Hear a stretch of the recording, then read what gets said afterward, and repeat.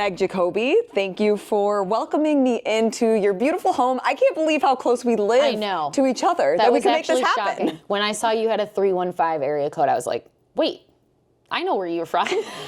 I can't believe you're from there.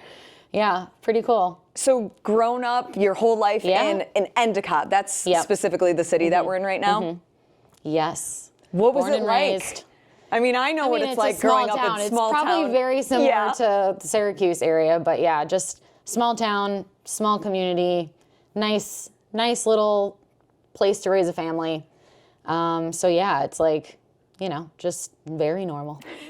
Very normal existence. Very normal. It's a beautiful time of year. Yeah. Have you been able to, I mean, the first thing I noticed when I pulled up to your house is it was decorated for Halloween. Yeah, well, when you have kids, you got to go all out for the holidays, so. What is your daughter dressing up as? She is being Red from The Descendants. I'm not super familiar either.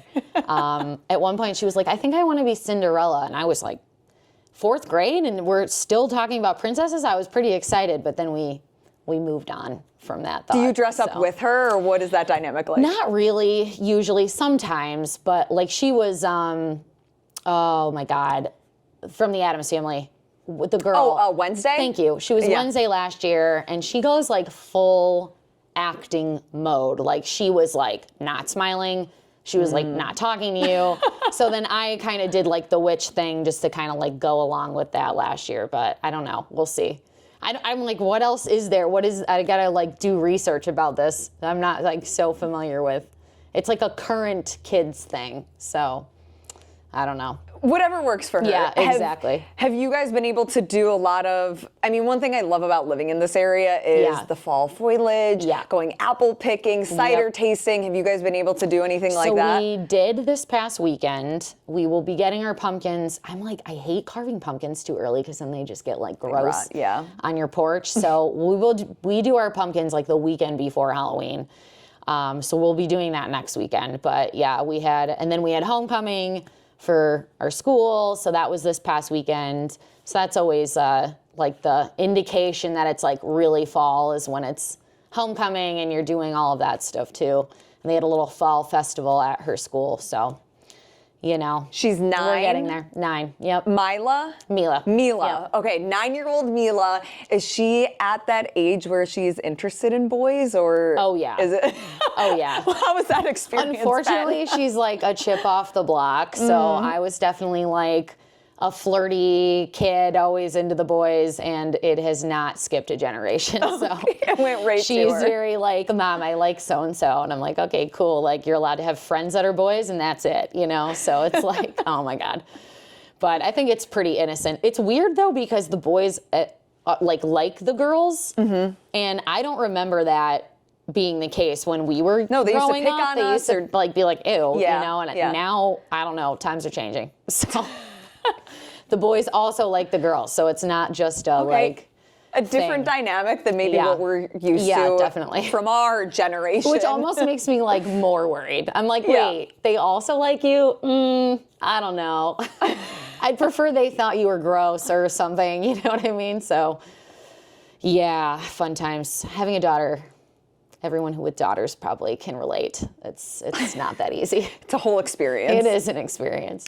You are the world champion for HYROX. Yeah. You've broken several world records, and we're going to get into that. But kind of speaking of love and romance, you're only here potentially for another couple weeks because you're looking to move to Cyprus. Yes. So officially, hopefully the end of the school year, just so my daughter can obviously finish out the school year. But I am going back and forth from New York to Cyprus, where my partner is. And I'm very lucky because he's by far my number one supporter. Speaks a lot of belief into me. And I think when you get to a level of sport, you really need to have that support system around you. And it's been a very big blessing for me to have him. So we are both, I'm almost 33, you're 33. The dating culture yikes, is not always great, but for you, I feel like it even brings it to another level, being this professional athlete, such a high performer, and typically when you think of professional athletes doing all of these achievements, a lot of the time the men get the credit for that. What has the experience been like for dating and finding this lovely man who is now your support system, and you're looking to move half across the world for him? Yeah, it was a lot of patience. I think the hardest part is anytime you're trying to achieve something, your life is not balanced, because it's just not possible. Like if you're balanced, then you're probably not putting enough into that specific goal, and it's just not going to happen. Like if you really want to be achieving something super difficult on a super high level, then it requires you to put so much of your time and energy into. So dating was like very much not really a thing I was like even focusing on. And that's the beauty of it. I think sometimes when you're not looking, that's when things kind of come into place. But I met him through HYROX. He is the founder of a sponsor of mine. And so that's how we initially met. And then obviously with that, the business side, it came with a lot of caution at first. And it was like, hey, you know, I know we vibe and there's obviously feelings here, but we had to be very sure that it was like, we are going to take that next step into being in a relationship, because otherwise lines can get blurred and things can get messy, especially with working together in a business setting. That was something that both of us were concerned with, because obviously I need to live too. So if something goes wrong and they're like, we don't want to work with you anymore now, you know, or whatever, or it's difficult to see each other or be around each other because of whatever, you know, there's a lot of concern with that. So we took our time and we really took the time to get to know each other. And I think that's also why we're working so well, but he's also a very high performer. And so am I. So it's one of those where we really understand each other's mindset and schedules and priorities, and neither of us live a traditional or a normal life. So there isn't that like, hey, come on, like, can't you come home for dinner? It's like, I'm never even home for dinner. So like it's being able to roll with that, and also like kind of living a similar lifestyle, even if the specific thing is different. So that's been huge, and also relieving, because it's nice when someone really can see you and see what you're doing, and the time and the energy you spend in the why, and they understand the why, rather than kind of being someone that's supportive but like doesn't get it. I think that's when things can inevitably kind of arise as issues more. And I think that you two have already put the ultimate challenge to the test, because I think one of the first interactions that you had testing the waters was doing a doubles together. Yeah. So how did that come up, and what was that communication and dynamic like, especially because you, again, are a professional athlete in this sport, and you're asking him to come be a competitor with you. Yeah. So I that was like, it was a little sly move on my part. I was like, this is a very attractive man. But I really, really liked his demeanor and the way he carried himself and the way he spoke, and just the way he treated people. Like, I'm a very observant person, and just watching, we were at a HYROX race in Vienna together, and kind of like watching the way he interacted with people and his employees and the athletes on his team. Everybody respected him and just admired him so much. And like, when you can see that happening from other people, it's like, wow, like this must be like a really good person.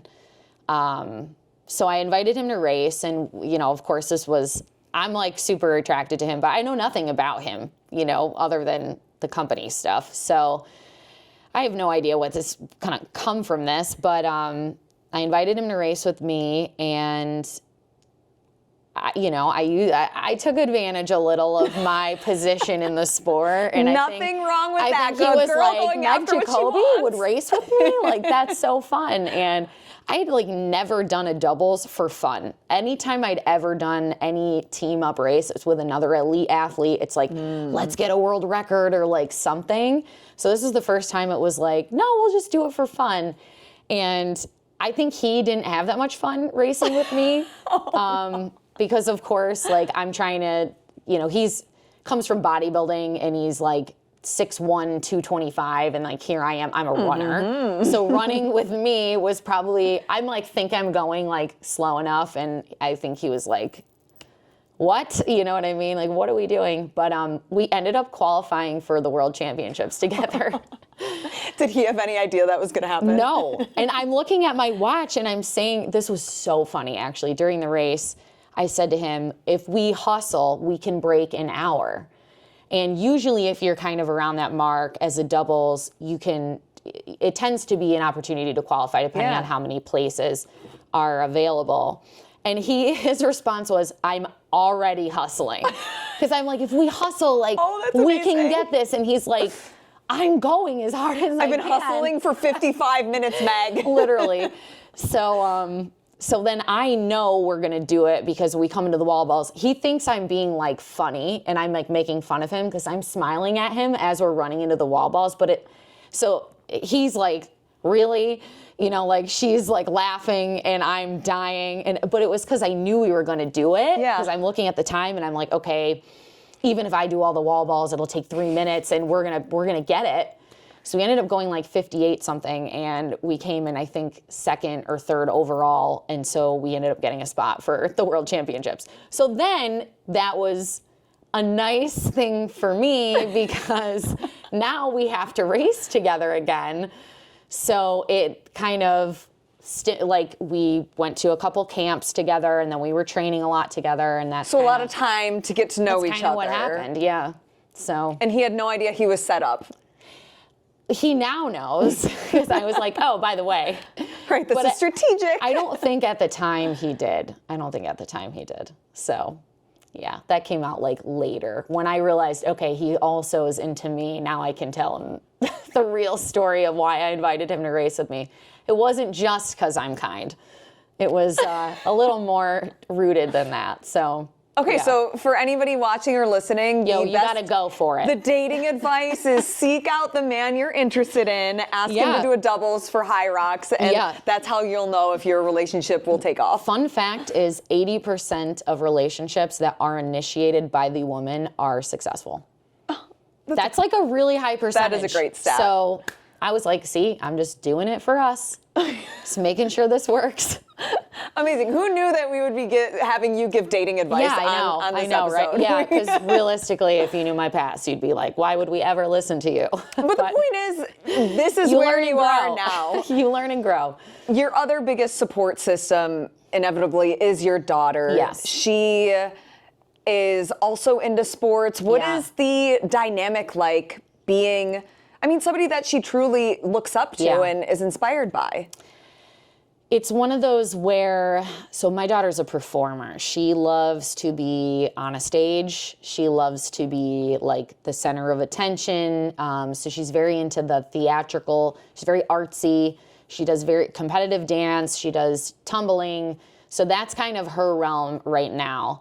But she plays basketball. She plays lacrosse. She's played field hockey. So she does other sports too, but I can see where the real love is. I think sometimes she does those because she knows like secretly I want her to. But it's basically, I think the biggest thing is like, I try not to over push. Like, it's like, hey, what do you want to do? I'm very big on like, you have to do something. And I don't care what it is. I just want you to be active and also trying new things. How do you know if you like something if you don't try it? So I'm very much like, hey, it's fall and these are the choices. Like, what do you want to try? Or what do you want to do? You want to play field hockey again? Or do you want to try something different? So I'm very on that, but I try not to force it so much because I don't want it to become like I'm the crazy sports mom. And because I think that can also kind of create some resentment.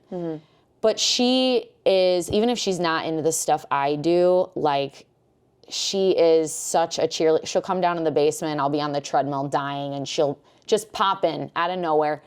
Come on, Mom, you can do it. You're a world champion. And like, she'll just spew this positive talk to me.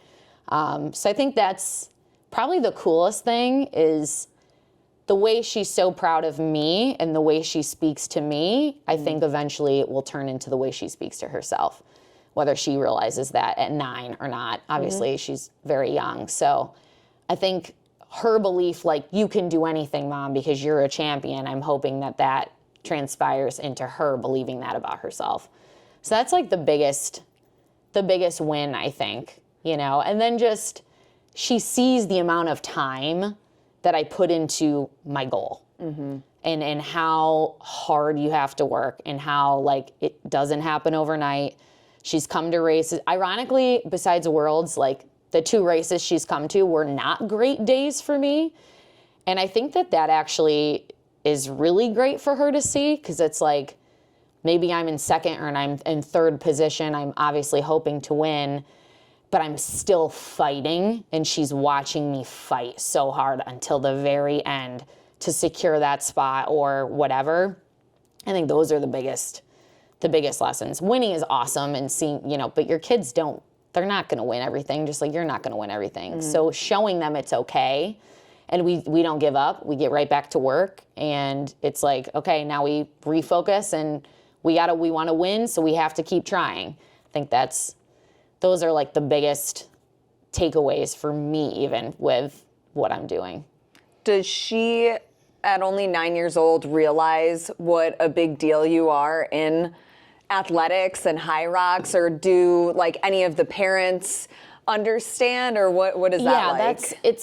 I don't know that she definitely understands. And I think at Worlds, this past June, she was with me, and when I won, I think she realized, like, you know, everywhere we're going, people are asking for a photo or congratulating me, or people are saying hi to her because they're like, your mom's so awesome. So I think that kind of started like clicking for her.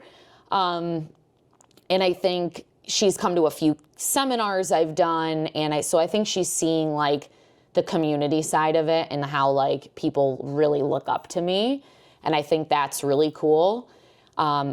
She talks about it at school all the time, and her friends think it's really cool, but I don't know that like the community really gets it. Yeah. HYROX isn't a thing here. So there's one HYROX gym in Syracuse that I'm going to on Saturday, but like it's not like in upstate yet. It's in the city. I have friends here that know about it from me. Yeah. And I have friends who will do a competition occasionally for HYROX. Like a lot of my friends are going to the Vegas race, or they do the New York City race. But they're not racing all the time, and it's just like a fun thing to do. But like most people in this area have no idea what it is. So they're just like, I don't know, she's like traveling, and I think they think I'm more of like an influencer than like an athlete. And I'm like, which kind of comes with the territory. It definitely does. But I don't know that it's like people get it yet, because it's just not like in this area. So they don't understand that this year there will be well over 500,000 participants worldwide, or like I traveled to Hong Kong and there will be 15,000 competitors that weekend. Like that's not really understood, which is also fine. You know what I mean? But it sometimes is difficult you look really crazy. Like I'm sure I look insane to people. They're like, there she is again, like running a third time today. Yeah. Pretty sure I saw filming yourself again. I'm like doing this on the like, oh, like look at my Puma outfit or whatever. And it's like, I feel a little silly sometimes, but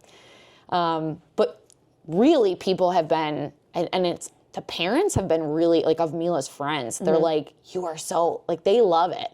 That's and great. they're very supportive. So it's really nice. I think it's so interesting because the growth of the sport right now, it's like it's on the up and up, especially in the US, because it had kind of that huge explosion like in Europe and abroad, but now that's really trickling down over here. What do you think it is about HYROX specifically? Because I mean, you have a huge running background, athletics your whole life. Is there something about the sport that you can point to that has led to such a dynamic growth? Yeah, I think the accessibility. I think that's one thing HYROX has really, really gotten right, is the accessibility of just the event itself. And I think people want community and they want to be a part of something. And I do CrossFit, so this is certainly not an attack on CrossFit. CrossFit methodology is awesome. But a lot of normal people, they don't understand that. They want the community side. They want to go to the class to be around people, to be, you know, getting a workout in, but having some social interaction. And I think HYROX provides that in an amazing way because everything is in person. Every competition is in person. So it allows people to push themselves, test themselves. It's easy to track too, because it is the same event repeated, so you can track the progress. And then it does have this amazing, like, positive community energy that is so cool. And that is what, when I did my first race, I was like, this is incredible. Like, I felt like I was at a giant party. You know, there's a DJ and like random strangers are cheering for me that I've never seen before or met in my life. And I think that's the really cool side of it. And I think it's nice because it's an event that kind of can blend multiple worlds. So depending on your background, whether you come from more running or triathlon or you come from CrossFit, it suits kind of everyone in a way. So that's also cool. And I think that's unique because it is doable. So it's like, I can't hop into an Ironman because I can't swim. I can't swim like that. Yeah. So like, could I do the run? Sure. Could I get through a bike? Sure. But I can't, like, I can't just hop into that. But those people could hop into a HYROX.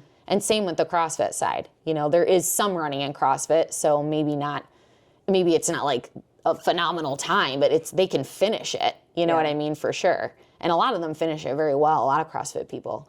So that's what I think HYROX really got it right with that. When you look at the sport, because one thing I really do like about HYROX is that it is repeatable and it's very specific because the stages, or the stations rather, are the same. So you can really tailor your training to get good at what the sport is. As an athlete, do you feel like because it's the same thing that's enticing because you want to keep getting a better time? Yeah. Or is there ever this sense of, oh, it's a little boring, I wish that there was more diversity?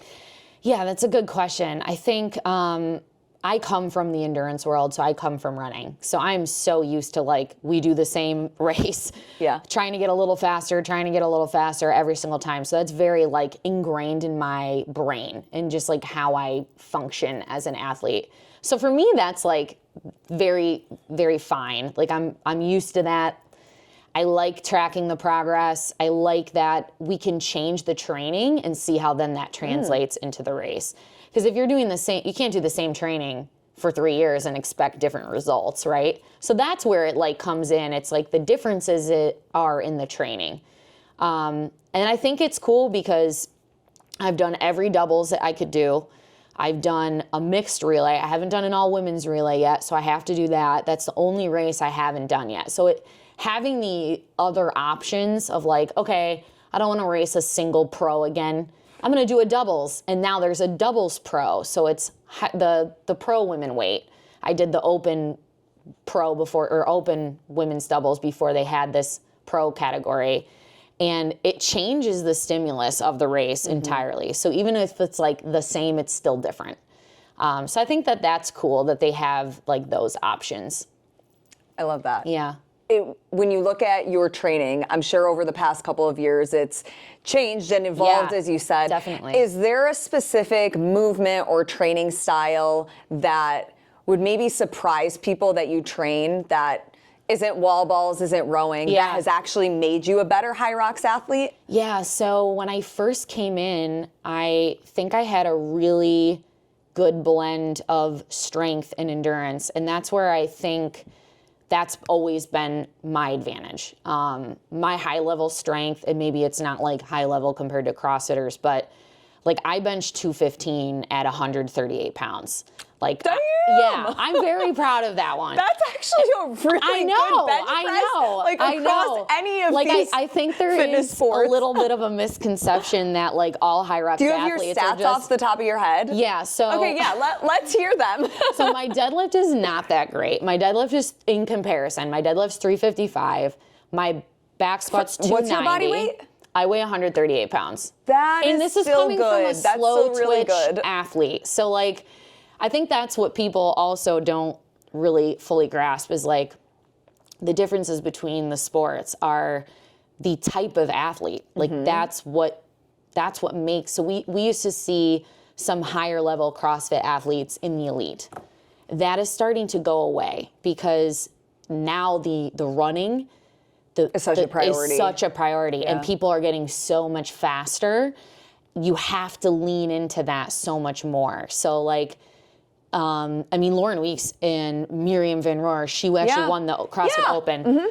They're really great examples because like Miriam is very CrossFit, and I think ended up phasing out because the endurance side became so much more important. And Lauren has completely changed. She even, like her whole body type has completely changed in the last 2 years. Because I think, again, the sport's growing. You have more people coming in. More people are becoming aware of it. And it's 5 miles of running, which is very significant. It's a lot. It is. It is. And so I think we're seeing that shift, especially in the last year, of like the type of athlete that's going to succeed in this has to really put a lot of emphasis on the endurance. And that's something like that's really hard for me because I love strength training. But even like last season, I had a period in the wintertime, especially where I was doing a lot of CrossFit. And my power output was, it was going way up. But my like threshold for long endurance, I started to see it kind of coming down because you can only spend so much time doing something. And that's where like my approach this season has, I'm strong enough. I am one of the strongest women in the elite. So it's like, okay, I have the strength. I don't need really to build that more than what I have, but I need to keep putting more time into the endurance, even coming from endurance, because it's just becoming more and more and more that direction. And that's what it's going to take.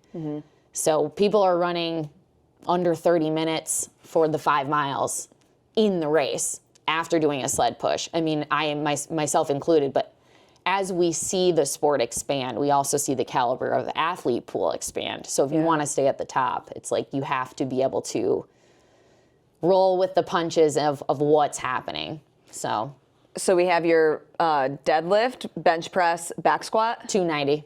Oh, I know, it's pretty right on the decent. cusp of 300. I know. I never got over 300, and then I remember like when I had hit those numbers, it was in June, and I had done a powerlifting comp, and 3 months later I was doing my first HYROX. So it was one of those like, all right, did the powerlifting. Now I have to focus on getting my running up these next 3 months. So it's my strength has very much maintained, but we don't see a lot of PRs anymore. It's like if I hit a PR, I'm like, oh my God, what happened? That's crazy. So we're just like maintaining.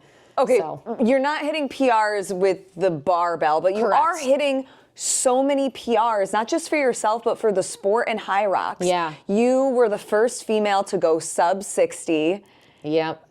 I mean, among other world records that you broke, was that one that you're most proud of, or what kind of moment was that like for Definitely. I think, there's only one first person, right? So it was first sub 60, but it was also like this first woman, I ended up going in the 58s. And so it was also the first woman like in the 58s. So I think that's really cool. And on the leaderboard of like the best times overall, I think I have 7 out of the 10 best times ever of the women. And so that's cool to me because it's the person who helped open the door, right? They didn't think when I had first started HYROX, they thought it would take a lot longer for a woman to go under an hour. And now we're doing it regularly, or we're right at 16 minutes regularly. And it's more women are getting closer and closer because it's that person that opens the door and says, hey, I did it. You can too. And then they're like, hey, Meg did that. I think I can do that too. And it's just instilling a belief, not just in yourself, but for others to come. And it's like when, the 4-minute mile in the 80s was like unheard of. And now there's high school kids doing it. And that's just how sports develop. And it's the same with CrossFit. Like the girls who started CrossFit that everyone emulates. Oh yeah, you go back and watch old videos. Crazy. It's insane. It's crazy. Yeah. Like when I've watched the documentaries, like seeing like Tia and Sarah and Kat and all them, like where they began to fighting now, through rope climbs and ring muscle ups, and now it's no problem. Now that's the bread and butter of the sport. So I think that's being part of that. Hopefully, like I don't know, legendary group of women that is like leading the front pack. that's really cool, because if this sport does continue for many years to come, it's like being the Steve Prefontaine of, or being the Tia or whatever, of this sport. And I think that that's like just a position that I feel really honored to be in, you know? Yeah. A trailblazer of the sport. Yeah, exactly. Yeah. Exactly. And also like the sponsorship side and the becoming the professional. And I'm one of the first women in the sport to really be a true professional athlete through HYROX. And the trickle down effect of that, I think, is also very cool, because it's gaining attention. And if I can help create attention for the sport, everyone else is going to benefit. All the other women that I race with will benefit off of that. And we're all here because we have a similar goal. So if everybody can gain something and succeed in something, like, that's pretty cool. So let's talk about the professional side of Yeah. it. Like, what exactly does that mean? Because you used to have a desk job. Yeah. That last year. A year ago, Yeah. you left the job to lean fully into Yep. being a professional HYROX athlete. Did you, like, what was the timeline in your brain? Yeah. Because that doesn't come with just winning events, but there needs to be sponsorships. sure. And how did those come about? So when I quit my job, I actually had zero sponsors. What was your job? So I worked for Lockheed Martin. Oh, okay. Yeah. Which, and there's a plant A up ton of people in Syracuse that, I know. So we have a plant locally here. And so I worked for Lockheed Martin, and my first season, my first world championship, I came in second. And it was a very close race. Me and Lauren Weeks, who's, it's a back and forth battle between us. Those 22? That was 2023, 22 to 23. Okay, Yep. got it, yep. And I kind of realized very quickly, like, if I really want to be one of the best in the sport, like, I have to be able to do this, like, full time. Because the stress of a job and then recovery and training hours and all and the food and, like, all of that, like, sitting at a desk for 8 hours a day is, like, it's not really conducive to being a really high level pro athlete. It just does not work. And I was exhausted because I'm trying to make sure I get my hours in, and then I got to work out in the morning early or in the evening, and I'm also a single mom, and it was just like, this is not sustainable. And so I kind of, like, realized I've got to figure out how I can go all in, like, really all in, because I, like, had my foot out the door, but I wasn't, like, fully invested. And I'm very big on, like, I never want to regret anything. And I think I had kind of come to that conclusion. I remember talking to my parents about it, because, parents are worried when you're leaving a really nice they are. Right, job Lockheed with, Martin is a very with good, great stable benefits job. and great health coverage, and your parents are like, what are you you doing? have a really great 401k match, are you sure? And I'm like, yeah. And I had said to my mom, I don't want to look back in 10 years and say, why didn't I do that? Why didn't I bet on myself? And I think what I've overcome in the being a single mom, it's like, you work so hard. You're working a lot harder if you're a single parent than if you have a person to tag team, right? Like, life is just more challenging and more complicated. And so it was like, you know what? Like, maybe this is the time that I take a chance on me, finally. So I was able to build my coaching business in the HYROX space up enough where I could survive on that. Online alone. coaching. Yeah. Okay. And so I said to myself, like, this is it. Like, I just kind of had that, like, I was finally ready to do it. And I'd been, like, thinking about it for months. And I finally gained the courage to say, like, I got to try. I have to at least try. And my job was like, if you need to come back, like, you can always come back. And my exact words to my manager was like, respectfully, thank you, but there is no plan B. Like, this will work. Because if I'm back here, it means it didn't. And it will not, like, it will work. Like, I refuse to give up on it. And then I won 2 weeks later, I won the first major race of the year. 3 weeks after that, I won the second major of the year. I had the women's pro world record at the time. I broke my own record, and that was when I got introduced to my manager. And then a month or two later, I was in conversations with some big brands and then signed a deal with Puma. So that was like... I just got chills. It's like, for real, like, when I think about it, everything has, like if I didn't take that step, then maybe I wouldn't have won that first race, or maybe I wouldn't have won that second race, or maybe, you know, I wouldn't have had enough confidence in myself to really pursue it, or like everything is like it happens the way it's supposed to.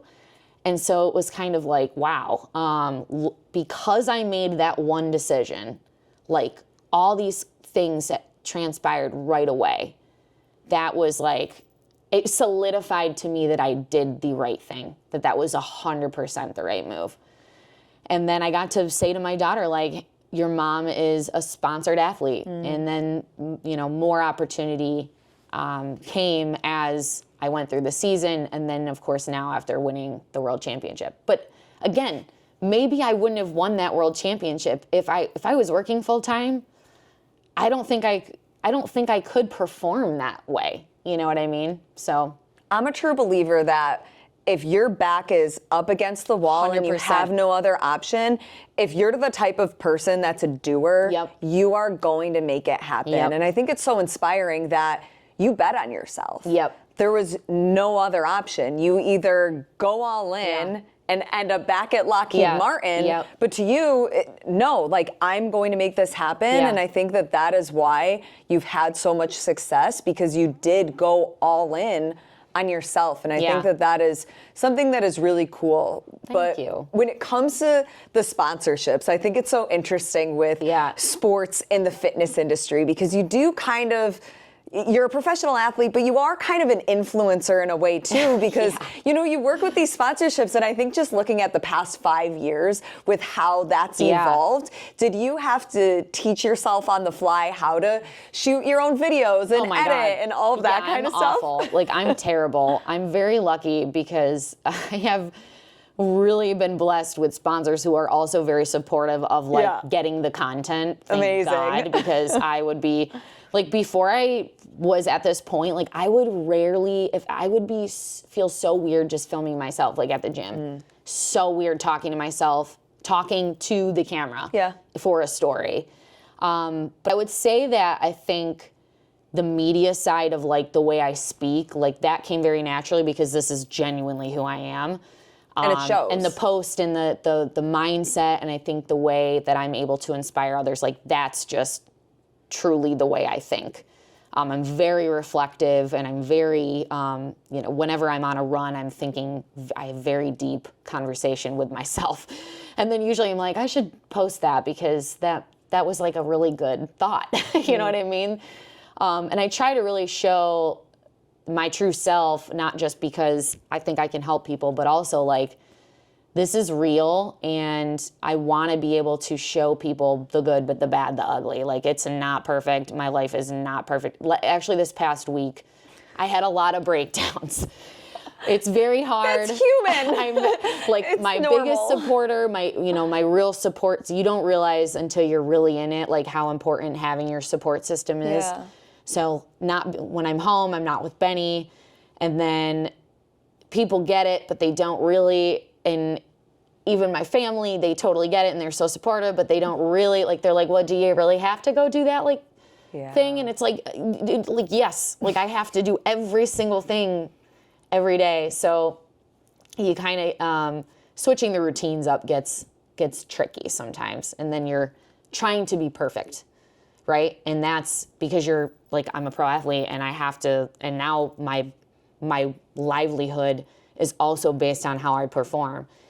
The mental side of that has been something that I was very surprised about, that I wasn't really expecting. I think the amount of, it's probably internal pressure, but the amount of internal pressure and expectation we put on ourselves, because this is now my job. This started as my passion and my passion project. And now this is my job. So anytime the routine gets off, or okay, I have to make adjustments because Mila has this, but I still have to get this workout. Okay, I got to go to this gym. And things aren't exactly, that becomes a mental battle. And even in a race, if you're not performing the way you feel like you should, how do you combat that in your own mind, right? Like, oh my God, I'm in third place. I know that I'm losing financial income because of my position.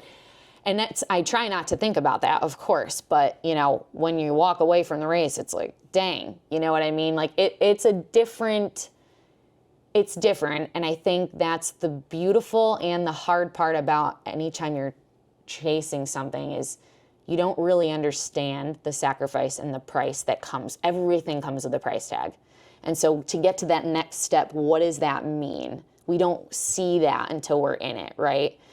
And now with the social media, I think you get a lot of negativity too. It's not all just positive, everybody clapping for you. The trolls be coming out to play. Yeah, there's a lot of them. And I think that's an interesting side too, because that wasn't even something I'd thought about.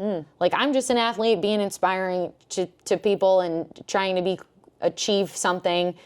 I didn't think people would hate me for that or be rude to me for that or make comments on my personal life. So those are all things that kind of come with it that you're not necessarily prepared for.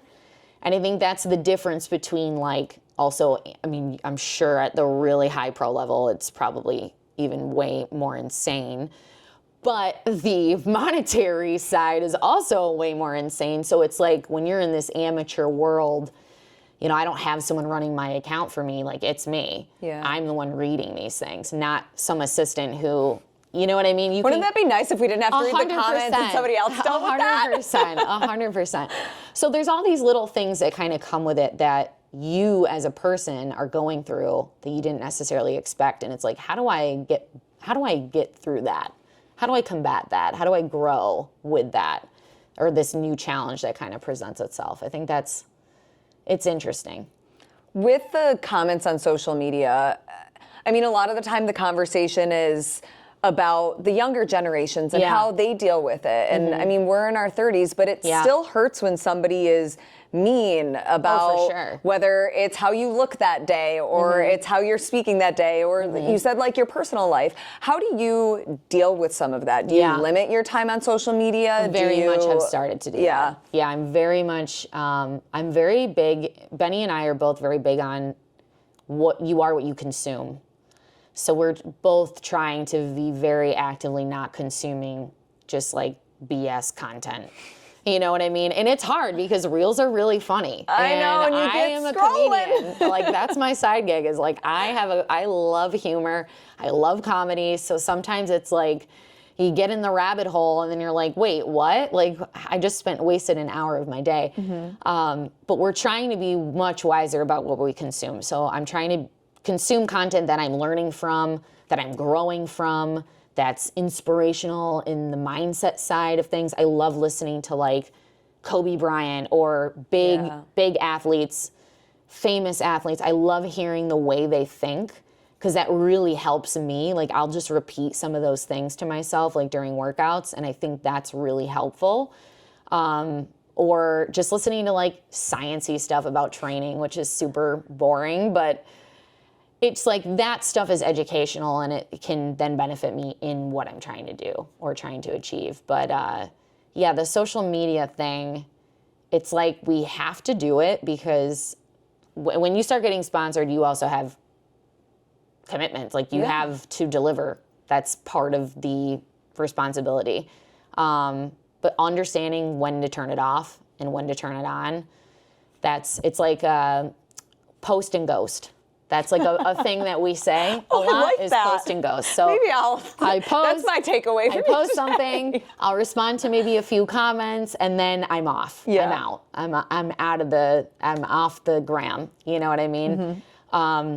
The one thing I think that is very difficult as a female athlete is all of the you're on steroids, you look like a man. I think I saw somebody post it the other day on yours. It happens to me pretty often now, Why do you especially think, since Worlds. What is the change? Very lean, vascular athlete. Yeah. My brother is an IFBB pro bodybuilder. It is genetic. I am genetically blessed that if I do some lateral shoulder raises, I have veins. Blessed. And I'm very lucky.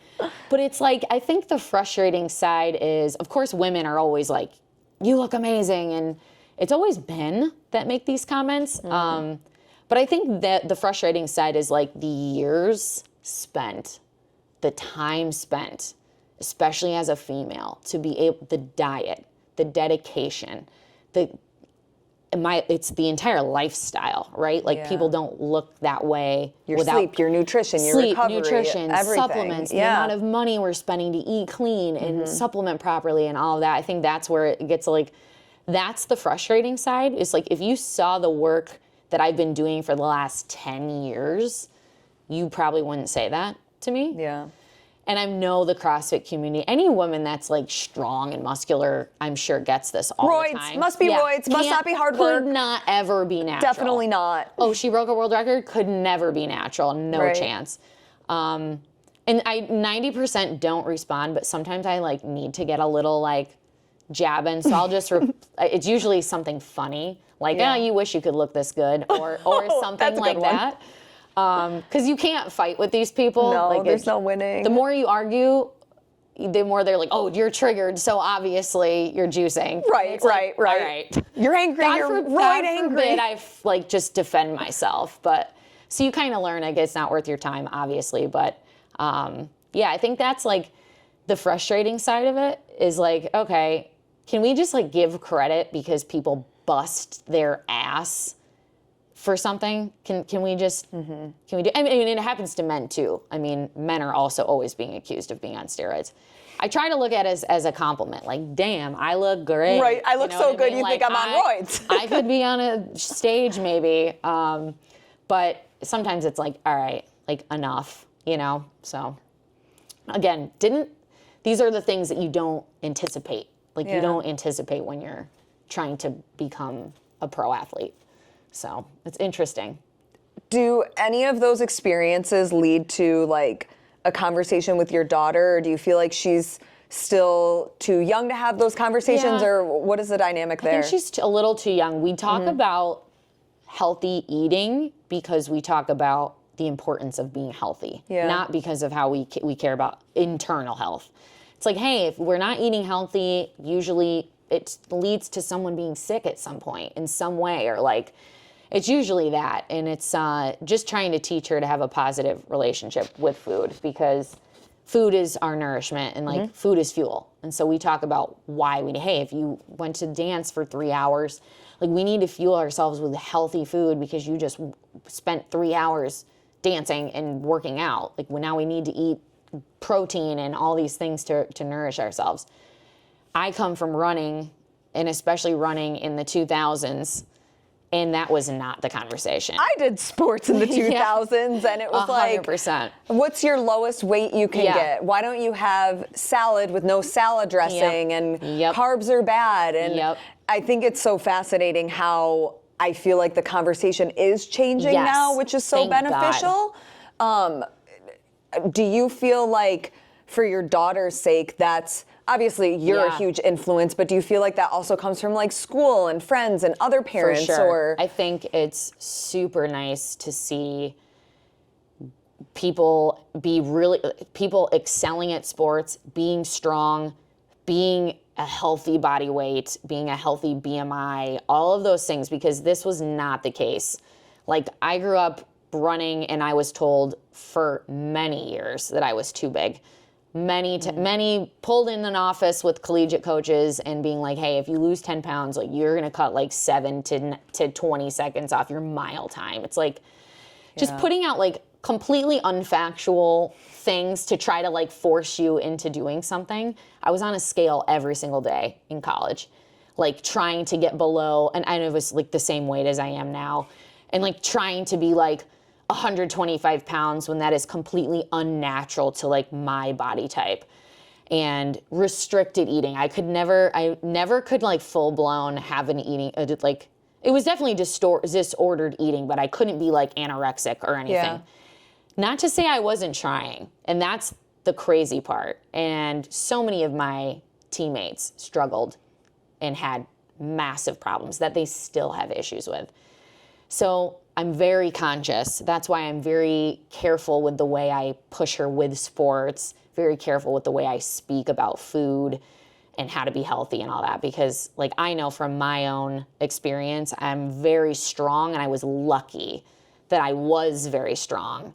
And my parents kind of raised me to be like the rebel, kind of stand up for yourself, stand out, like don't just do what everyone else is doing, because if I wasn't, I probably would have had problems too.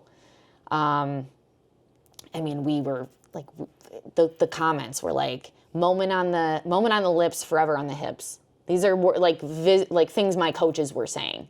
Coming to the cafeteria, to check on what we had on our plates. Like it was really intense. So it's nice that sports are moving with women being like strong and powerful and muscular, and how that's so beautiful. And I love people like, obviously all the women in CrossFit, but I love like Alona Meyer, the rugby player. Oh my God. Fucking phenomenal. She's Miss America. She's Miss World. she really is the best. She's pushing the boundaries for all women in sports. And what she's doing right now, I think, is like the biggest push that we've ever seen. Having her on the cover of Sports Illustrated and the photo shoot in the bikini. It's amazing. And like, thank God there are people like her in the world, because these next generations of girls are going to grow up with some of the most amazing role models. And whereas I feel like our role models were dealing with the same thing. So they were super thin, and they were maybe not. I remember headlines on like Cosmo or even like 18 magazine saying how to lose 10 pounds in 1 month. Oh my God, it's so crazy. What are you talking about? Just the verbiage of stuff so bad. It's so bad. So thank God we're seeing that transpire. And even in the running world, like strength training, like runners are doing strength training now. Like that was like never happened. They were like, no, you don't want to get big. Like, so just the culture and the understanding and the mindset about sport, I think, has changed a lot. And I'm so happy to see that. But even growing up in that culture and that mindset, I'm sure over the years your body composition has changed. For sure. That, you know, with what you're doing and the way that you're training, is there ever like that little voice in the back of your head that almost like manipulates you from being happy about how you look or how you perform just because of how you grew up? I know that like sometimes I deal with that, so I'm just curious for you. No, for sure. I think coming back and being in a very running heavy sport, some of those old mindsets do come back a little bit, where it's like, okay, I have to run this many miles a week because that's what I have to do to be successful, and I have to train this way, and I have to like eat like this, and you have to fight yourself sometimes, because that stuff is ingrained in you, whether you realize it or not, and it's like, it doesn't just go away. So even when you are past it, those things still definitely flare up. And I'm seeing like the running is becoming even more important in the sport, and I like that the sleds were super heavy. And I like that. I like that strength side, and I want to be jacked. And so now I'm like, even lately I was kind of like, oh snap, like do I have to get like smaller again? Like, and that was, you know, it's an immediate like, no, absolutely not. Like, but that's good, though. It pops up, like for sure. You got to shut it down. You got to shove it way down. Way down. We don't talk like that anymore. Absolutely not. You know, that's like 16-year-old Meg speaking. Go away. Sometimes she comes back up and we don't know what to do with her, so we just push her way down. Exactly. Kind of speaking to that though, before earlier you were talking about how, you know, if you're in third place in a run and some of those like negative talks come up, is there something that you found that's helpful to shut those voices down, that you remind yourself or that you're able to like tune into? Yeah, I think it's just like keep fighting, right? Like I think with endurance sports especially when it's like one race, it's like, it's easy to get almost complacent. So like if you're in a position and you're in third position or second position, it's very easy to go, okay, well, I'm second today. Like in your head, whether you even realize it or not, because sometimes it's like, it's only an hour-ish long thing. And at a certain point of the race, it's very hard to like come back because everybody's just so good at everything. So it's like, it's not like someone's gonna like blow up terrible on the lunges and you're able to climb back a minute, right? Like that just doesn't really happen. So it's just that internal voice to like don't settle. Like, I think that's one thing I said to myself. I came in second in our first major. And it was close, but it was close that way because I was like, do not settle. Like, don't let in, don't give up, like, keep fighting. And I kept saying that to myself on every run and on every station. And every station I would climb back a little more. And I didn't end up doing it, but that's something like I've gotten much better about, because sometimes somehow they get 2 minutes ahead and it's like, okay, like it is kind of over. But then fighting for yourself, like fighting for okay, like now I have to adjust my goal. Maybe I want to run under 60, or I want to be under 59. And it's like just adjusting your goal and not letting up. And I think when I was a young athlete, I had a hard time with that. And I remember my dad being very upset with me, not that I didn't win ever. Yeah. More like he could see me like let off the gas a little, because I knew I was beating the next person, but I knew also in my head, like, gave up on trying to catch the first person. And I remember my dad would be like, did you give it 110%? And I was like, no, probably not. It probably turned into more like a 90, you know what I mean? And it was like, those are the kind of lessons you learn growing up, where that has really helped me now. And having a support team like, hey, you're only 16 seconds behind, like, you can do it. That's not a lot, because visually they seem sometimes so much further than they are. And I'm sure even in other sports, in CrossFit, it's like maybe someone has 10 reps on you, but like if you lay never know the what's hammer gonna down, happen to them exactly, either. maybe they get a couple no reps and all of a sudden now you're back in the game. But if you let off the gas and you slow yourself down, then you might never have that chance. So it's understanding how to fight through it, even when it's like mentally getting challenging. What are some of those goals then for this season? Oh, I'm very big on manifesting and speaking things into put it out existence. into the universe. Let's hear them all. And I want to be a repeat world champion. And I would love to, no one has gone under 58 in the women. Well, we had a little debacle with the first race, but I would love to be, I want to like push my times.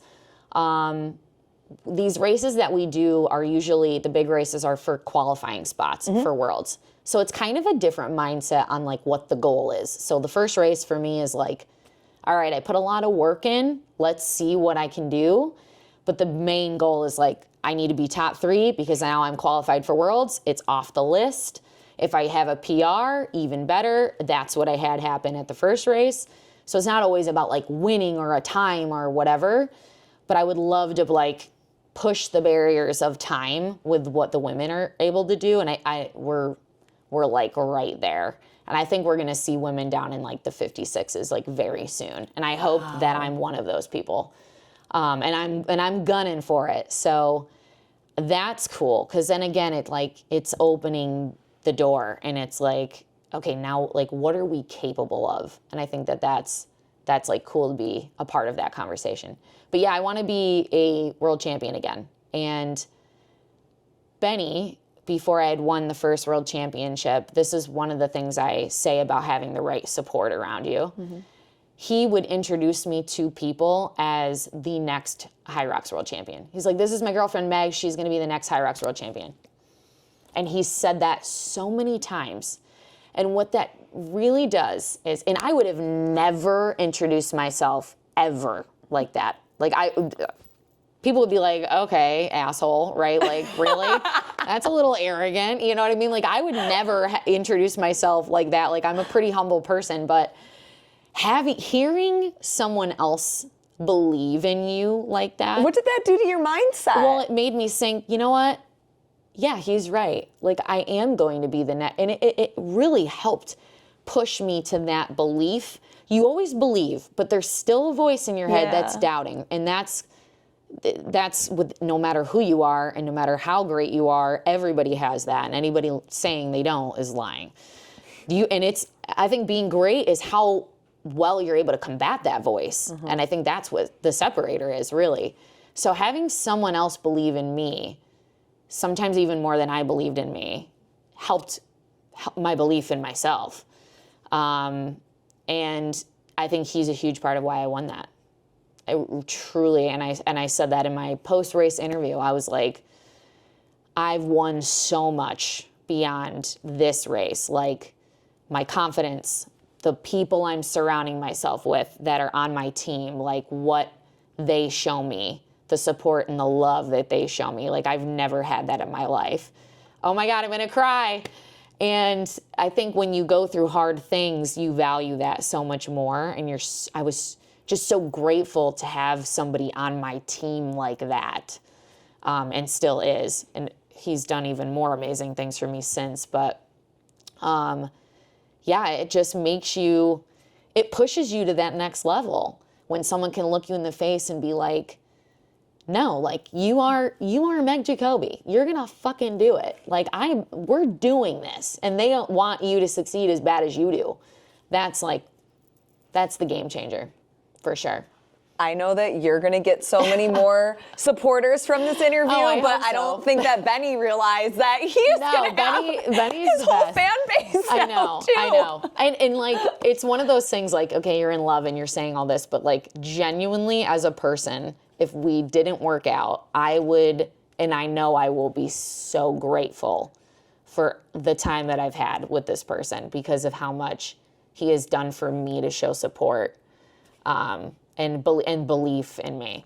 And that's the thing. It's like, I have a manager, also someone so supportive, so believing. Shout out Snorri, we love him. You're the best. He's amazing. No, he really is. And it's like having a team around you and having the right people around you that really can make or break you, no matter what it is you're trying to do, whether it's business or life or family. Like, anyone that has any jealousy or any doubt in you, like, you got to remove that energy because it seeps into you whether you realize it or not. So you got to have those good vibes for sure. A great support system. Yeah. When is the next time that we can see you compete this season? I will be in Hong Kong next month, November 23rd.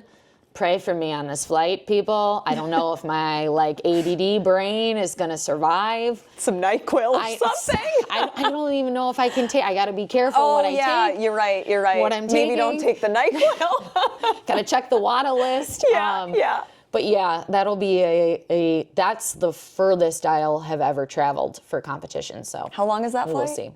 I think it's 18 hours from JFK. Ooh.